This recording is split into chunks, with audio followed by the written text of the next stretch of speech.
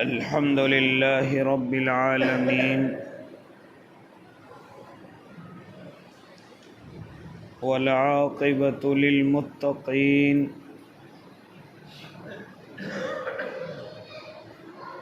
والصلاة والسلام على سيد الأنبياء والمرسلين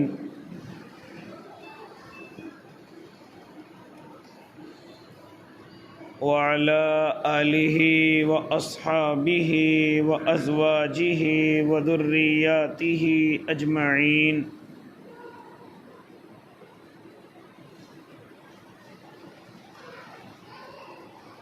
أما بعد فأعوذ بالله من الشيطان الرجيم بسم الله الرحمن الرحيم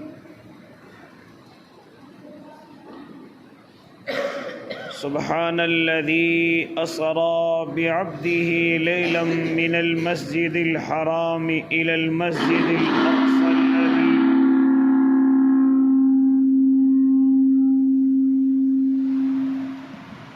المسجد الأقصى الذي باركنا حوله لنريه من آياتنا إنه هو السميع البصير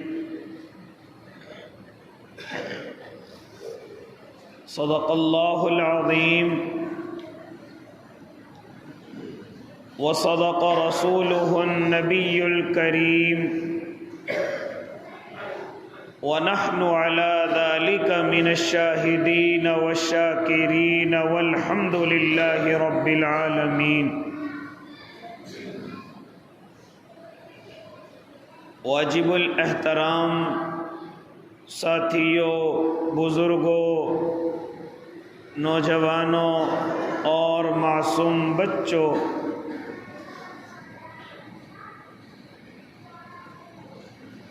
اللہ کے نبی صلی اللہ علیہ وسلم ارشاد فرماتے ہیں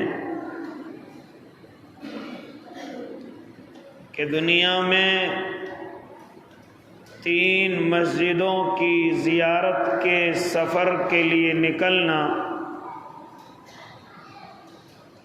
یہ باعث ثواب ہے۔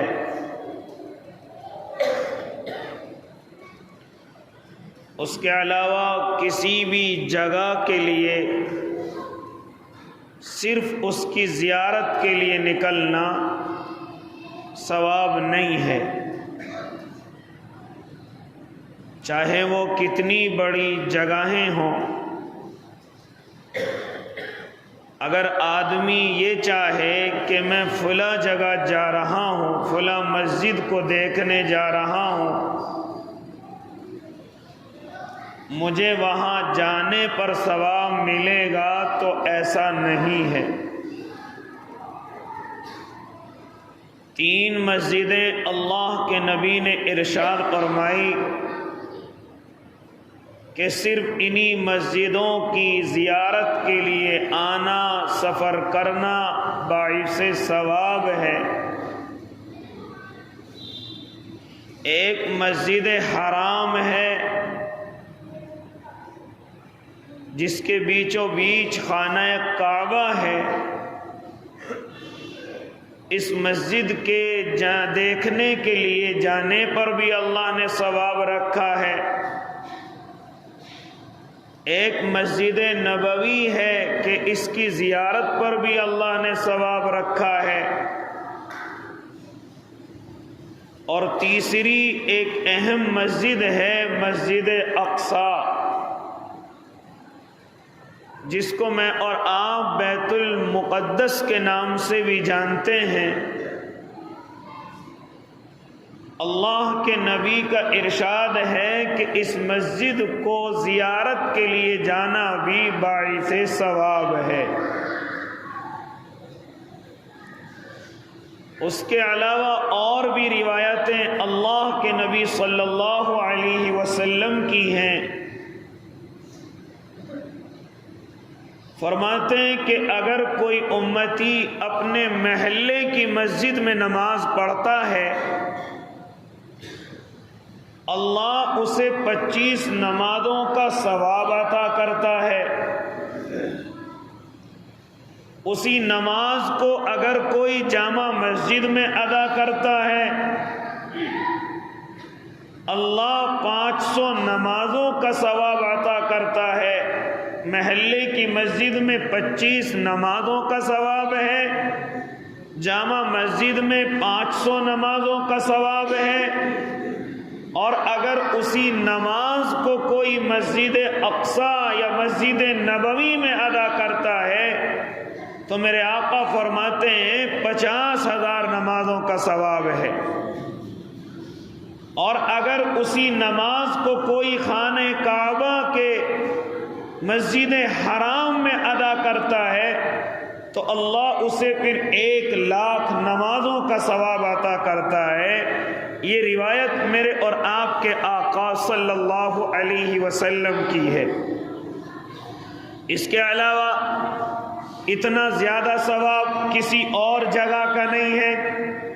اور اللہ کے نیک بندوں، کہنے کا مطلب اور مقصد یہ ہے کہ جس طریقے سے مسجد حرام اللہ رب العزت نے میرے اور آپ کے لیے ایک اسلام کی نشانی بیان کی ہے، اسی طریقے سے مسجد نبوی بھی ہے، اسی طریقے سے تیسری مسجد مسجد اقصی بھی ہے۔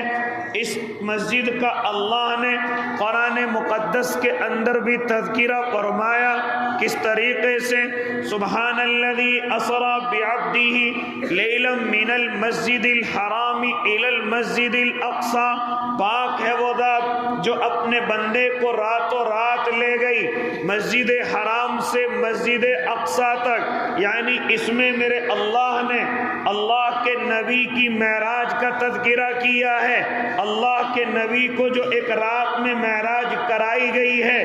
یعنی آپ ذرا سے پریشان ہیں، آپ مکہ کے لوگوں کی وجہ سے اور طائف کی پریشانیوں کی وجہ سے آپ ذرا سے ڈپریشن میں آ گئے ہیں، تو ایسے وقت میں میرے اور آپ کے اللہ نے حضرت جبرائیل کو اللہ کے نبی کی خدمت میں بھیجا ہے۔ وہ بڑی لمبی گفتگو ہے لیکن اس طرف نہیں جانا چاہتا۔ حضرت جبرائیل لے کر کے گئے ہیں آپ کو مسجد حرام سے، پھر مسجد حرام سے سیدھے آپ کو مسجد اقصی کی طرف لے کر کے گئے ہیں۔ یہ مسجد اقصی کیا ہے؟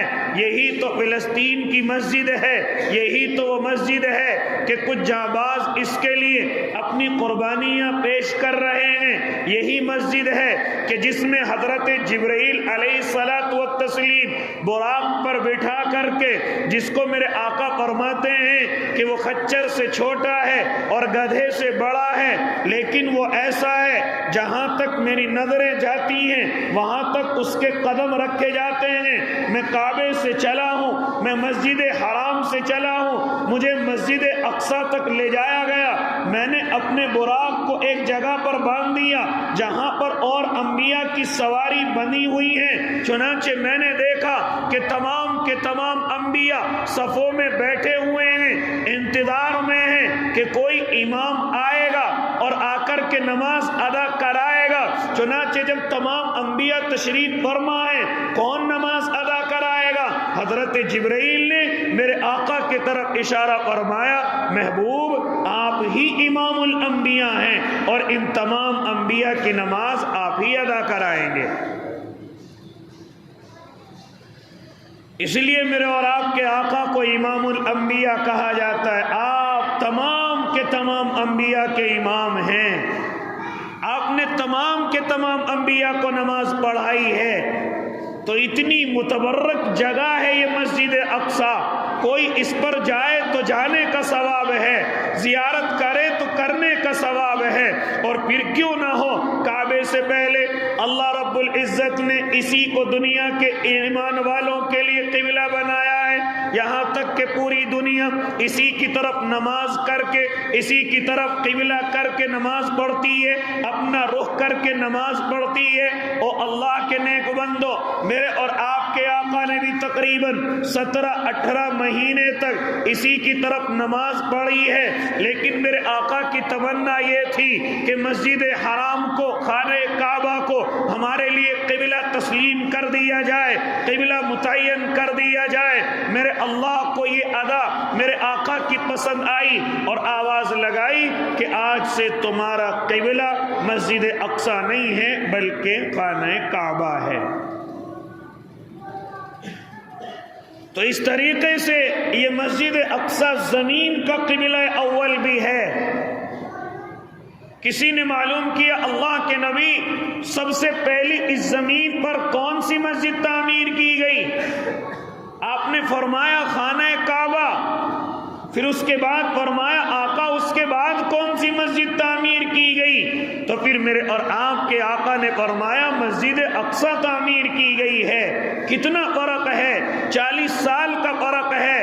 حالانکہ ہم سمجھتے ہیں کہ حضرت سلیمان علیہ السلام نے اس کو بنایا ہے، لیکن میرے آقا کی باتوں سے معلوم ہوتا ہے اور کچھ روایتوں سے بھی نکل کر کے آتا ہے کہ جس طریقے سے اللہ کے لاڈلے حضرت ابراہیم نے مسجد حرام کی کعبے کی بنیاد رکھی ہے، اسی طریقے سے مسجد اقصی کی بھی بنیاد انہی کے ہاتھوں سے رکھی ہوئی ہے۔ پھر مکمل اس کو حضرت سلیمان علیہ السلام نے کرایا ہے۔ لیکن آج آپ ذرا دیکھیں او اللہ کے نیک بندو، یہ پیاری اور خوبصورت مسجد جو مسلمانوں کا اور اسلام کا شاعر بھی ہے، اسلام کی نشانی بھی ہے، لیکن آج سے نہیں بلکہ کئی سو سال پہلوں سے یہ اللہ کے دشمنوں کے قبضے میں ہے۔ پوری دنیا کے مسلمانوں کو چاہیے کہ اس کی حفاظت کے لیے آگے آئیں۔ پوری دنیا کے ایمان والوں کو چاہیے کہ اس کی حفاظت کے لیے آگے آئیں، لیکن سب لوگ اپنی اپنی زندگی گزارنے میں اور عیش و عشرت میں مصروف ہیں۔ کچھ نہتے اللہ کے نیک بندے، کچھ نہتے اللہ کے جانباز بندے لہذا اس کی حفاظت کے ذمہ دار بنے ہوئے ہیں۔ اللہ ان کو اجر عظیم عطا فرمائے، اللہ ان کی قبروں کو بھی نور سے منور فرمائے، شہادت کا درجہ نصیب فرمائے۔ لہذا او اللہ کے نیک بندو، یہ میری اور آپ کی بھی ذمہ داری ہے۔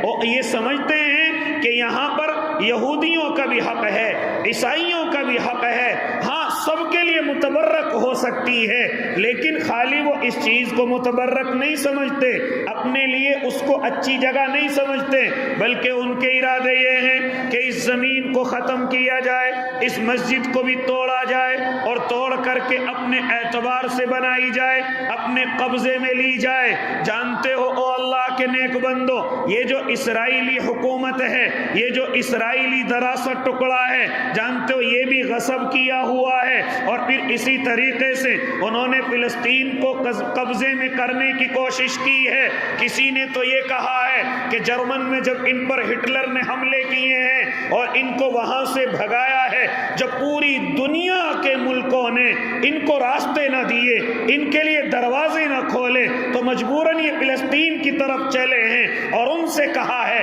کہ ہمیں ذرا سی رہنے کی جگہ دے دی جائے، ہمیں ذرا سا ٹہرنے اور زندگی گزارنے کی جگہ دے دی جائے۔ انہوں نے ان پر رحم کھایا، لیکن وہ بھول گئے تھے کہ یہودی کبھی اسلام والوں کا دوست نہیں ہو سکتا، یہودی کبھی مومن کا دوست نہیں ہو سکتا۔ اور خاص طور سے قرآن مقدس کے اندر بھی میرے اللہ نے بار بار پابندی لگائی، اور لوگوں ایسے لوگوں کو اپنا دوست نہ بناؤ جو تم سے دین کی وجہ سے دشمنی کرتے ہو، جو تم سے اسلام کی وجہ سے دشمنی رکھتے ہو، جو تم سے نبی رحمت کی وجہ سے دشمنی رکھتے ہو۔ خیر، ایمان والا ایک رحم دل ہوتا ہے، اس نے ان کو جگہ دی ہے، رہنے کی جگہ دی ہے، لیکن کیا ہوا او اللہ کے نیک بندو، یہ ایسے غدار نکلے کہ اسی زمین کے مالکانہ حق جتانے لگے اور آہستہ آہستہ اس پر اپنا قبضہ جمایا۔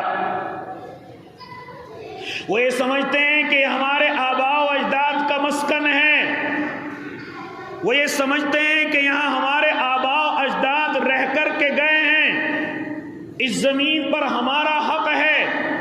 حالانکہ بیوقوف عقل کے کورے ہیں، حضرت ابراہیم علیہ السلام کا مسکن ہے اور انہی کی اولادیں، عرب اولادیں وہیں پر موجود ہیں۔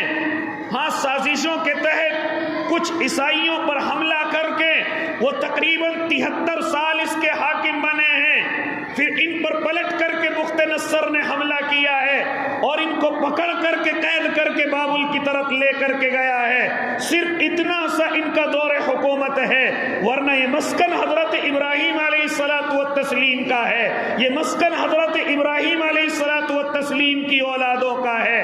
مختصر یہ کہ پھر حضرت عمر ابن خطاب کا دارالحکومت آتا ہے، ان کا خلافت کا زمانہ آتا ہے، آپ اس کی طرف حضرت عمر ابن العاص کو بھیجتے ہیں، حضرت ابو عبیدہ ابن الجراح کو بھیجتے ہیں، چنانچہ یہ دونوں اللہ کے نبی کے صحابی اس پر حملہ کرتے ہیں اور پورے کے پورے اس خطے کو اپنے قبضے میں لے لیتے ہیں۔ لڑائی کا میدان سجا ہوا ہے، لیکن یہودی لڑائی نہیں چاہتا، مقابلہ نہیں چاہتا۔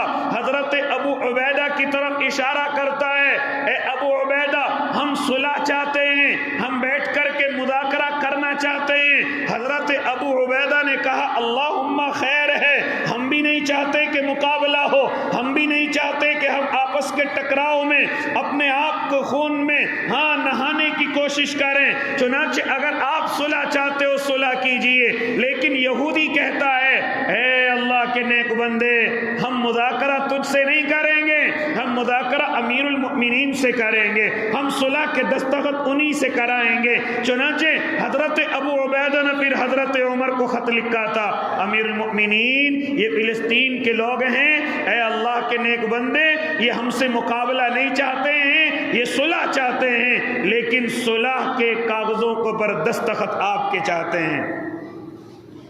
حضرت عمر نے لبیک کہا اور حضرت علی کو ذمہ دار بنایا اپنی جگہ۔ پھر آپ گھوڑے پر سوار ہوتے ہیں، پھر وہی واقعہ کہ غلام پیدل چل رہے، آپ سوار ہو کر کے چل رہے ہیں، پھر آپ سوار ہو جاتے ہیں، پھر آپ نیچے آ جاتے ہیں، غلام پیدل چل رہا ہے، اور جب فلسطین کے اندر داخل ہو رہے ہیں تو غلام سواری پر بیٹھا ہوا ہے اور بہت سارے افراد، بڑے بڑے عمرا، بڑے بڑے حکمراں حضرت عمر ابن خطاب کے استقبال کے لیے آئے ہیں۔ لیکن اس وقت میں دیکھا کہ یہ کون ہے جو گھوڑے پر سوار ہے۔ ابو عبیدہ کی آنکھوں میں آنسو آ گئے، فرمانے لگے عمر کو یہ تمام کی تمام چیزیں بھی نہ بدل سکی، یہ جو گھوڑے پر سوار ہے یہ عمر ابن خطاب نہیں ہے بلکہ ان کا غلام ہے۔ اس وقت میں گھوڑے پر سوار ہونے کی باری حضرت عمر کی نہیں، ان کے غلام کی۔ یہ واقعہ اسی جگہ کا ہے۔ اس لیے اللہ کے نیک بندو، صلح ہوئی ہے۔ حضرت عمر ابن خطاب نے فرمایا تھا کہ ہم تمہاری ہر چیز کی حفاظت کریں گے، تمہاری جو عبادت گاہیں ان کی حفاظت کریں گے، تم نے جو یہ تصویریں یا یہ بت بنا رکھے ہیں عیسیٰ علیہ الصلوۃ والتسلیم کے، یا اسی طریقے جن چیزوں کو آپ پوجتے ہیں، ان سب چیزوں کی حفاظت کی جائے گی۔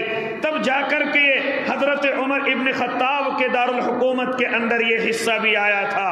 لہذا لیکن پھر آج کے اس زمانے میں کچھ سالوں کے بعد انہوں نے اپنا حق جتانا شروع کیا اور اس زمین پر ذرا سا ٹکڑا لینے کی کوشش کی۔ 1967 کی کہانی لوگ لکھتے ہیں کہ اس تک یہ اپنی زمین پر قابض رہے، لیکن آہستہ آہستہ پھر یروشلم کی طرف بڑھتے چلے گئے، فلسطین کی طرف بڑھتے چلے گئے۔ بار بار اقوام متحدہ نے ان کو سمجھایا کہ جتنی زمین تم کو دی گئی ہے صرف اسی پر اپنی زندگی گزارو، لیکن کبھی انہوں نے کسی کی بات نہ سنی اور پورے فلسطین کو اپنے قبضے میں کرنے کی کوشش کی۔ اور پوری دنیا تقریباً 70-75 سالوں سے دیکھ رہی ہے کہ اس طرح سے اسرائیل کس طریقے سے اس فلسطین کو مسلمانوں سے خالی کرانا چاہتا ہے، ان کی زمینوں کو اپنے لیے غصب کرنا چاہتا ہے، اور پوری مسجد اقصیٰ کو توڑنے کا پلان ہے۔ اور خالی اسی زمین کو نہیں بلکہ یہودی تو یہاں تک سازش کرتا ہے کہ پوری دنیا کا انسان، اس زمین پر صرف ہم ہی انسان ہیں، ورنہ اور سب گدھے ہیں، اور سب جانور ہیں، اور سب جانوروں سے بھی بدتر ہیں۔ بلکہ یہاں تک کہتا ہے کہ اس زمین کا مالک صرف اور صرف یہودی ہے، باقی پوری دنیا ان کی خادم ہے، پوری دنیا ان کی غلام ہے، اور اسی غلامی کی طرف وہ محنت کر رہا ہے۔ اسی زمین کو پوری کو اس کا مسئلہ خالی فلسطین نہیں ہے بلکہ پوری دنیا کو اپنا دارالحکومت بنانا چاہتا ہے۔ یہ تو قربان جاؤں اللہ کے نیک بندوں پر کہ ہمیشہ بالکل نہتے ہو کر کے ان کا مقابلہ کیا ہے۔ 75 سالوں سے دنیا دیکھ رہی ہے کہ کس طریقے سے عورتوں اور بچوں کو کس طریقے سے شہید کیا گیا، معصوم بچوں کو کیسے گولیوں سے بھون دیا گیا۔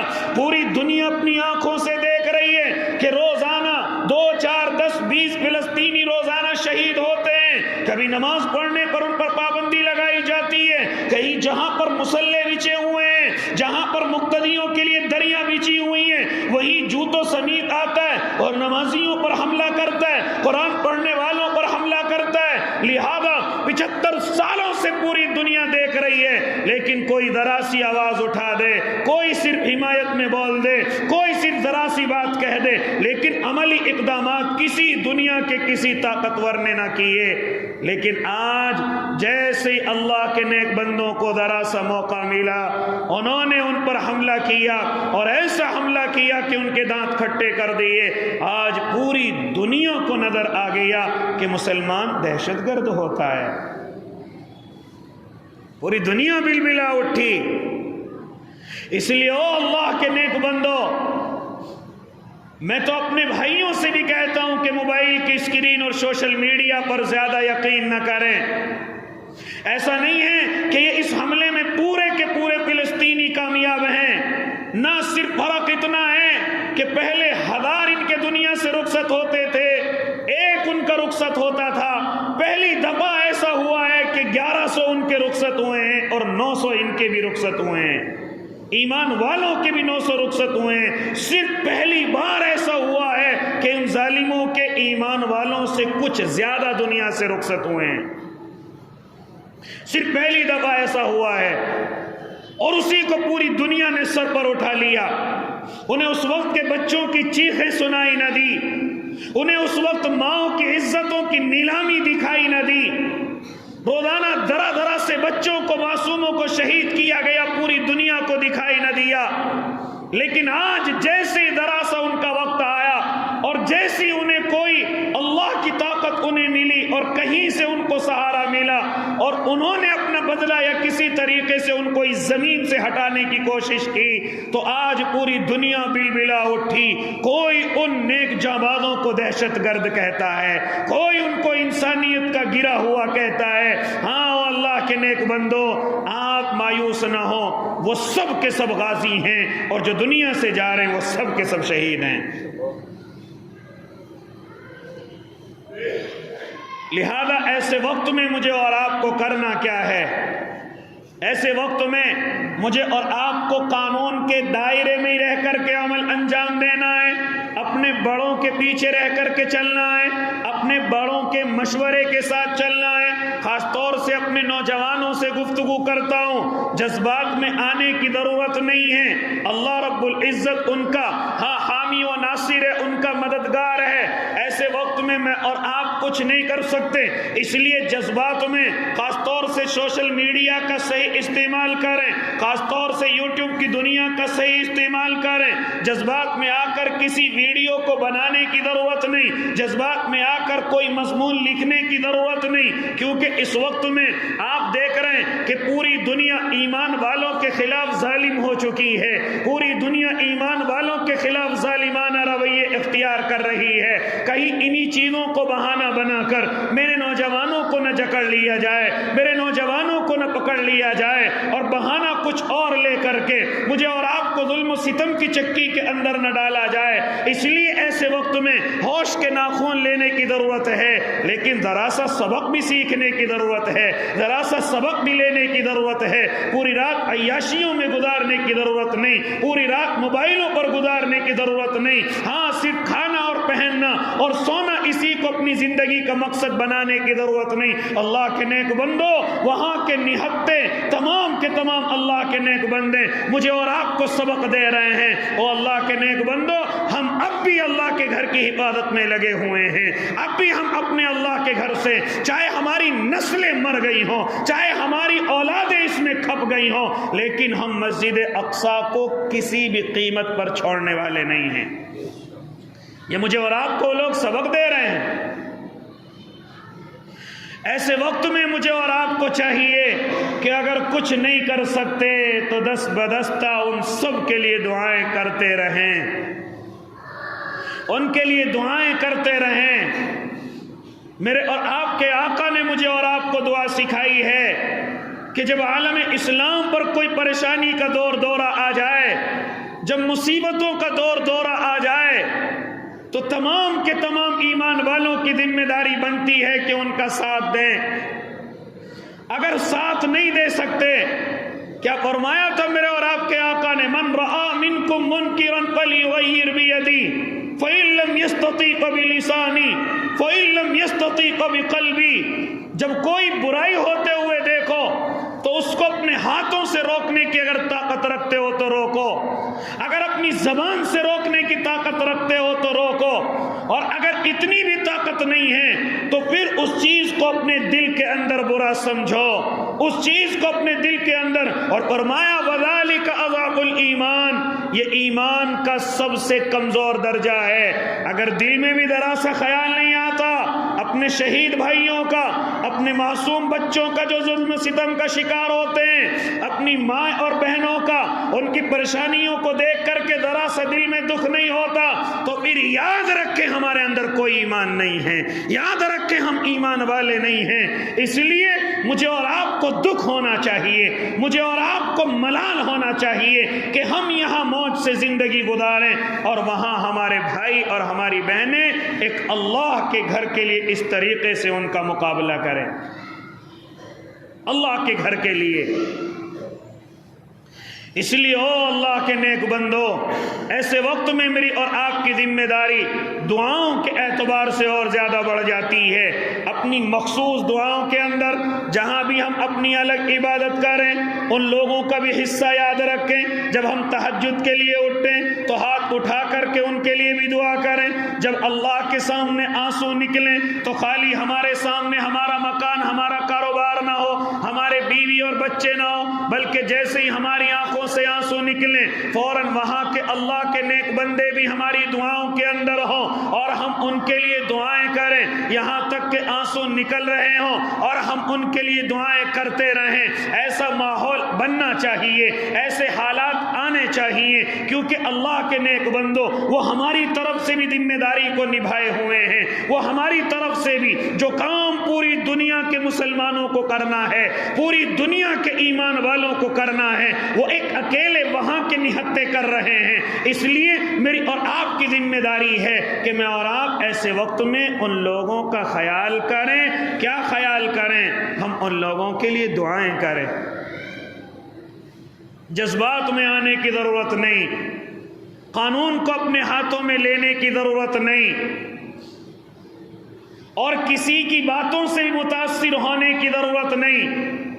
آج کل سوشل میڈیا پر بہت سارے حضرات آپ کو یہ سمجھانے کی کوشش کریں گے کہ اسرائیل صحیح ہے اور فلسطینی غلط ہیں، کچھ اس طرح کی باتیں بھی نکالنے کی کوشش کریں گے، تو ان سے متاثر ہونے کی ضرورت نہیں ہے۔ کچھ کہیں گے کہ مسجد پر جتنا حق ایمان والوں کا ہے اتنا ہی حق ان دوسری کمیونٹی کے بھی ہے، دوسروں کا بھی حق ہے، اس طریقے سے مجھے اور آپ کو بہکانے کی کوشش کریں گے۔ میرے بھائی، ان کا حق صرف تبرک تک ہے، ان کا حق صرف وہاں کی محبت تک ہے، یہ نہیں کہ اس مسجد کو توڑ کر کے اپنے گھر بنانے کا حق ہے۔ وہاں کے لوگوں کو ظلم و ستم میں ڈھال کر کے ان کو شہید کر کے ان کی لاشوں پر اپنے گھر بنانے کا حق ہے۔ لہذا بات کو سمجھنے کی کوشش کرنا، کسی کی باتوں سے متاثر ہونے کی کوشش نہ کرنا، کسی کی باتوں کے میں بہکائے میں آنے کی کوشش نہ کرنا۔ اور آج اسی طریقے سے اللہ کے نیک بندوں، ہمارے ملک کے بڑے ذمہ دار نے بھی ان کی حمایت کا اعلان کیا۔ یہ ان کی حمایت کا اعلان کرنا یہ بھی وقت کے اعتبار سے غلط ہے، کیونکہ اس سے پہلے اور جو بڑے ذمہ دار اس زمین پر گزرے ہیں، انہوں نے جب بھی حمایت کا اعلان کیا تو فلسطین کی حمایت کا اعلان کیا ہے، کیونکہ زمین فلسطینیوں کی ہے، وہ مسجد اقصی پوری دنیا کے مسلمانوں کا حصہ ہے، پوری دنیا کے مسلمانوں کے جگر کا ٹکڑا ہے۔ اس لیے اللہ کے نیک بندوں، یہ مسجد اسی طریقے سے میں نے آپ کو بتلایا کہ صرف دنیا میں 3 مسجدوں کے سفر کے لیے نکلنا ثواب ہے۔ پہلی کعبہ مسجد حرام، صرف اسی مسجد کی زیارت کے لیے اگر کوئی جاتا ہے اللہ اس کو ثواب عطا کرتا ہے۔ دوسری مسجد نبوی ہے، کوئی اس کے لیے جاتا ہے اللہ اس کے جانے پر بھی ثواب عطا کرتا ہے۔ اسی طریقے سے مسجد اقصی ہے، کوئی اس کی زیارت کے لیے جاتا ہے میرا اللہ اس کو بھی زیارت کا ثواب عطا کرتا ہے، چلنے کا بھی ثواب عطا کرتا ہے۔ اس کے علاوہ دنیا کی کوئی بھی مسجد ایسی نہیں ہے کہ جس پر چل کر صرف زیارت کے لیے دیکھنے پر اللہ نے ثواب رکھا ہو، کوئی مسجد نہیں ہے۔ کوئی ہماری مسجد میں آنے لگے چلتے ہیں بھائی مسجد کو دیکھنے کا، مسجد میں زیارت کا مجھے ثواب ملے گا، کوئی ثواب نہیں۔ دنیا کی چاہے کتنی بڑی مسجد ہو اس کو دیکھنے کا زیارت کرنے کا کوئی ثواب اللہ نے نہیں رکھا ہے۔ صرف 3 مسجدیں ہیں۔ اسی طریقے سے فرمایا تو میرے اور آپ کے آقا نے کہ اگر کوئی مسجد اقصی سے حج کا احرام باندھتا ہے، کوئی مسجد اقصی سے عمرے کا احرام باندھتا ہے، فرماتے تھے میرے اور آپ کے آقا جب وہ حج یا عمرہ کر کے فارغ ہو جاتا ہے تو اللہ رب العزت اس کے آنے والے اور جو گزشتہ دنوں کے گناہ ہیں اللہ رب العزت تمام کے تمام گناہوں کو معاف کر دیتا ہے۔ اور فرماتے تھے میرے اور آپ کے آقا ایسے بندے کے لیے اللہ جنت کو واجب قرار دے دیتا ہے، یعنی جس نے مسجد اقصی سے احرام کو باندھا ہے اور پھر جا کر کے عمرہ کیا ہے اور پھر جا کر کے اللہ کے اس نیک بندے نے حج کیا ہے تو اللہ کے نبی فرماتے ہیں کہ اس کے اگلے اور پچھلے تمام گناہ اللہ معاف کر دیتا ہے، اور فرماتے ہیں کہ ایسے کے لیے جنت واجب ہو جاتی ہے۔ اس لیے او اللہ کے نیک بندوں، حضرت عمر ابن خطاب نے پھر اس پوری ذمہ داری کو حضرت ابو عبیدہ حضرت عمر ابن العاص رضی اللہ تعالی عنہ کے سپرد کی ہے، اور اسی وقت سے پھر کچھ ہی دور تک یہ اقتدار کا زمانہ چلا ہے، لیکن پھر دوبارہ سے وہ یہودیوں کے قبضے میں چلی گئی۔ پھر آنے والے وقت میں حضرت صلاح الدین ایوبی رحمت اللہ علیہ نے اس کو بادیاب کرایا تھا۔ ہاں وہی صلاح الدین ایوبی جو اللہ کے نیک بندے اور مجاہد ہیں، جو راتوں کو روتے ہیں اور دنوں کو دشمنوں کا مقابلہ کرتے ہیں، اور میرے اللہ نے ان کی بار بار مدد فرمائی ہے، اور اللہ ایسے لوگوں کی مدد فرماتا ہے جو اللہ کے گھروں کے لیے قدم اٹھاتے ہیں، جو اسلام کے شاعر کے لیے قدم اٹھاتے ہیں۔ ایک بڑی اچھی گفتگو حضرت صلاح الدین ایوبی میں اپنے نوجوانوں کے لیے کہنے چلا ہوں۔ نوجوان سمجھتا ہے ہم کیا کر سکتے ہیں، او اللہ کے نیک بندے، ایک مرتبہ حضرت صلاح الدین ایوبی دشمنوں کا مقابلہ کر رہے ہیں، مقابلہ بڑا سخت ہے۔ کسی نے کان میں آ کر کے کہا او صلاح الدین ایک بڑا بیڑا پانی کے ذریعے تیری طرف آ رہا ہے، تمام کے تمام دشمن طاقتیں ایک ہو چکی ہیں اور وہ تیرے مقابلے کے لیے آ رہی ہیں۔ حضرت صلاح الدین نے دیکھا کہ میرے پاس نہ تو اتنا اسلحہ ہے، نہ میرے پاس اتنے بڑے سپاہی ہیں، میں کس طریقے سے مقابلہ کروں گا؟ چنانچہ گھوڑے سے اترے ہیں اور سیدھے مسجد کے اندر پہنچے ہیں اور جا کر کے سجدے میں گر گئے ہیں۔ اے رب کریم، تو جانتا ہے میں دنیا کے لالچ کے لیے دشمنوں کا مقابلہ نہیں کر رہا ہوں، میں اقتدار کے لیے دشمنوں کا مقابلہ نہیں کر رہا ہوں، اے ربا میں صرف تیری مسجد اقصی کے لیے ان دشمنوں کا مقابلہ کر رہا ہوں۔ چنانچہ پوری رات آنسو بہاتے بہاتے ہو گئی،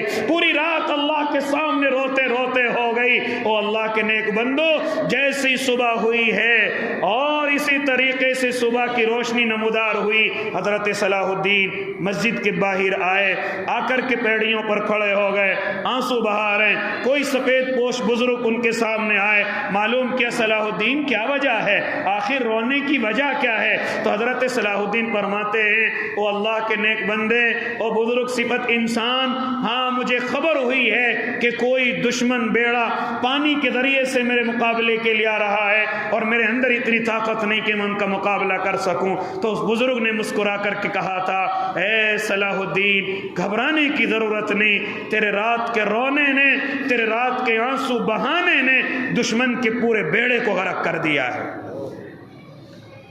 وہ جو دشمن طاقت تیرے مقابلے کے لیے آ رہی ہے، تیرے آنسوؤں نے میرے اللہ کی طاقت کا اظہار فرمایا ہے اور اس پورے کے پورے بیڑے کو پانی کے اندر غرق کر دیا ہے۔ ایسا نہیں کہ تیرے آنسوؤں میں اللہ نے طاقت نہیں رکھی ہے، تیری دعاؤں میں اللہ نے طاقت نہیں رکھی ہے۔ اے اللہ کے نیک بندے، اپنے گناہوں سے تائب ہو کر کے تو اپنے اللہ سے مانگ تو صحیح، میرا اللہ تجھے ہر قدم ہر وقت دینے کے لیے تیار ہے، جو تو مانگے اسے دینے کے لیے تیار ہے۔ اور یہ بھی نہ سوچا کر کہ میں بڑا گناہگار ہوں، میں بڑا گناہوں میں ڈوبا ہوا ہوں، میری اللہ کہاں سنے گا، میری اللہ کہاں قبول کرے گا۔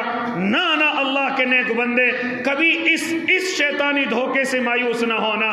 تو نے پوری زندگی گناہ کیے، ہاں ایک آنسو اللہ کے سامنے بہا کر کے یہ کہہ دے اللہ مجھ سے غلطی ہو گئی، میرا اللہ فوراً تجھے معاف کرنے کے لیے تیار ہو جائے گا۔ میرے اللہ کے لیے کوئی مشکل نہیں۔ بعض صحابی وہ ہیں کہ جنہوں نے اس زمین پر رہ کر کے ایک بھی سجدہ نہیں کیا ہے، لیکن اللہ نے ان کو جنت نعیم عطا فرمائی ہے صرف ان کی توبہ کی وجہ سے، صرف ان کی آنکھوں کی آنسوؤں کی وجہ سے۔ کیا آپ کو اسود رائی کا معلوم نہیں؟ کیا آپ کو اس خیبر کے چروائے کا معلوم نہیں جو اللہ کے نبی کی خدمت میں حاضر ہوتے ہیں اور آ کر کے عرض کرتے ہیں اے اللہ کے نبی کیوں خیبر کی طرف آئے ہو؟ کہا کہ اسلام کی دعوت دینے آئے ہیں، اگر دعوت قبول کرتے ہو تو ٹھیک ہے، ورنہ تمہیں جزیہ اور ٹیکس دینا ہوگا، اگر اس کو بھی نہیں دے سکتے تو پھر تمہیں میدان کے اندر آنا ہوگا۔ کہا کہ اللہ کے نبی اگر میں ایمان قبول کر لوں، کہا تو پھر تمہیں اپنے سینے پر جگہ دی جائے گی، پھر تمہیں اپنے دل سے لگایا جائے گا۔ کہا میں تو ایک چرواہا ہوں، میں تو ایک غلام ہوں، میں تو خیبر کے لوگوں کی بکریاں چراتا ہوں، ہمیں اس سے کوئی پرواہ نہیں، ہمیں صرف اتنا ہے کہ تم اللہ کو ماننے لگے ہو۔ فوراً انہوں نے کلمہ پڑھا ہے اور فوراً ایمان کے اندر داخل ہو گئے۔ اللہ کے نبی سے اپنی ذمہ داری معلوم کرنے لگے، یا رسول اللہ مجھے کرنا کیا ہے؟ کہا اس وقت میں نماز کا وقت نہیں کہ تمہیں نماز کو کہا جائے، جتنی گزشتہ تمہاری نماز چھوٹی ہیں سب کی سب اللہ نے معاف کر دی ہیں۔ اس وقت میں حج کا بھی موقع نہیں، زکوٰۃ تم پر واجب نہیں، قربانی کا بھی موقع نہیں، لہذا اس وقت میں حق اور باطل آمنے سامنے ہیں، لہذا تم ان کا مقابلہ کرو حق کے طرف سے۔ یہ تلوار اٹھا کر کے چلے ہیں، دشمن کا مقابلہ کیا۔ ایک صحابی نے آ کر کے خبر دی یا رسول اللہ وہ بکری کو چرانے والے جو تمہارے پاس آئے تھے ایمان قبول کرتے ہی اللہ کے راستے میں شہید ہو گئے ہیں۔ میرے آقا نے فرمایا ہاں میں اپنی آنکھوں سے اس کو جنت نعیم میں دیکھ رہا ہوں۔ یہ میرا ایسا صحابی ہے جس نے اس زمین پر ایک بھی سجدہ نہیں کیا، لیکن میں اسے جنت کے بالا خانوں میں دیکھ رہا ہوں۔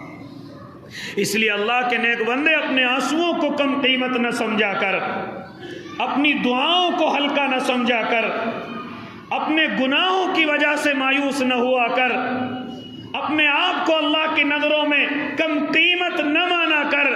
تیری اللہ کے نظروں میں بڑی قیمت ہے، لیکن صرف شرط یہ ہے کہ تو اپنے گناہوں سے باز آ جا، اپنی غلطیوں سے باز آ جا، اپنی آنکھوں کو شرمسار کر لے، اپنی آنکھوں کو تو اللہ کے نیک بندے شرم کے آنسوؤں میں بھگو لے۔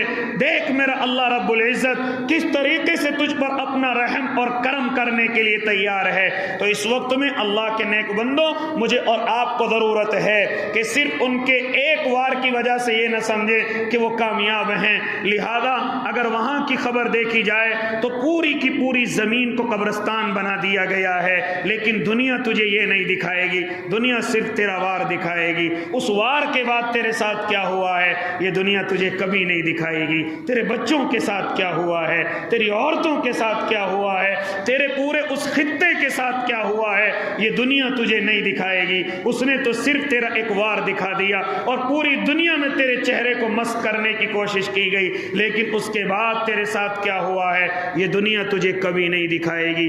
اس وقت میں ان لوگوں کو سہارے کی ضرورت ہے، اور خاص طور سے مجھ جیسے اور آپ جیسے گناہگاروں کے دعاؤں کی ضرورت ہے۔ اس لیے میں اور آپ مل کر کے دعا کریں اللہ رب العزت ان کی غیب سے مدد فرمائے۔ لیکن میں جوانوں کو پھر بار بار کہتا ہوں ایسے وقت میں اپنے آپ کو سنبھالیں، جذبات میں نہ آئیں، ویڈیو بنانے کی کوشش نہ کریں، کوئی مضمون لکھنے کی کوشش نہ کریں، جذبات میں آ کر قانون کو اپنے ہاتھ میں لینے کی کوشش نہ کریں، ورنہ پھر میں اور آپ جانتے ہیں کہ میرے اور آپ کے ساتھ کیا ہو رہا ہے، کیا ہونے والا ہے۔ اس لیے جوانوں تمہیں صرف اس وقت میں علماء کی طرف سے حکم یہ ہے کہ آپ اپنی راتوں کی عبادتوں میں ان کو دعاؤں میں یاد رکھیں، نمازوں کے بعد دعاؤں میں یاد رکھیں، موقع لگے قرآن پڑھ کر کے دعاؤں میں یاد رکھیں۔ اس کے علاوہ تمہیں اور کسی قدم کی اجازت علماء کی طرف سے نہیں ہے۔